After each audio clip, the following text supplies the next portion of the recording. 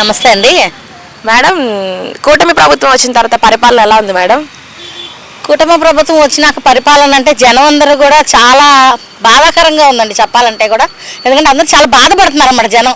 ఎందుకంటే ఎందుకు ఈ కూటమి ప్రభుత్వానికి ఓట్లేసి గెలిపించుకున్నావా అని చాలా విచారంలో ఉన్నారు ప్రజలందరూ. ఎందుకంటే వచ్చే పథకాలన్నీ పోయినాయి. ఈయనేదో సూపర్ సిక్స్ ఇస్తారన్నాడు.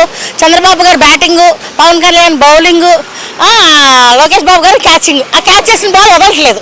ఆ వదలపోయేసరికి జనం అందరూ ఏం చేస్తున్నారు, ఆ బాల్ ఎప్పుడు వచ్చి పడుద్దా, ఎప్పుడు ఇస్తారని చెప్పి ఎదురు చూస్తున్నారు అనమాట.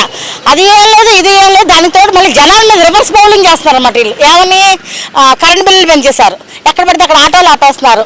అన్నీ ఎటువంటి పరిస్థితుల్లో కూడా జనాలను ఇబ్బంది పెట్టే పరిస్థితి ఉంది. కానీ జనాలకు ఇచ్చేసి జనాలను ఉద్ధరించే ప్రభుత్వం అయితే కాదండి ఇది. సంపద సృష్టిస్తామన్నారు కదా మేడం, సృష్టించారా కూటమి ప్రభుత్వం వాళ్ళు? చాలా సంపద సృష్టిస్తున్నారు. ఎందుకంటే ఆల్రెడీ 2 నెలల నుంచి మేము కరెంటు బిల్లుల మీద మమ్మల్ని బాధేస్తున్నారు. బాధలు కరెంటు బిల్లుల మీద బాధేసి మమ్మల్ని సంపద చాలా బాగా సృష్టించేస్తున్నారు.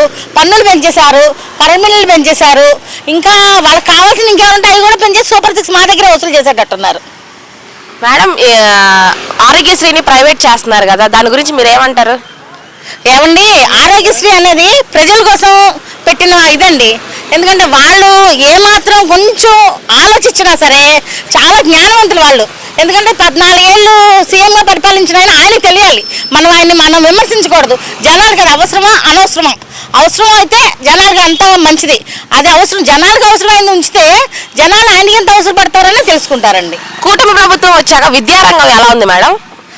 ఏమండి, గవర్నమెంట్ స్కూల్స్ అదివరకు కలకలాడుతుండేయండి. గవర్నమెంట్ స్కూల్ పిల్లలు బూట్లు వేసుకొని బ్యాగులు వేసుకొని గవర్నమెంట్ స్కూల్ పిల్లలు ప్రైవేట్ స్కూల్ పిల్లలతో పాటు సమానంగా స్కూల్కి వెళ్ళేవాళ్ళు. అలాంటిది ఇవాళ రోజున ఈ గవర్నమెంట్ వచ్చాక పిల్లలకి షూస్ లేవు, సాక్స్ లేవు, బ్యాగులు చినిగిపోయి మళ్ళీ పాత పరిస్థితుల్లోకి వచ్చేసారు పిల్లలందరూ కూడా.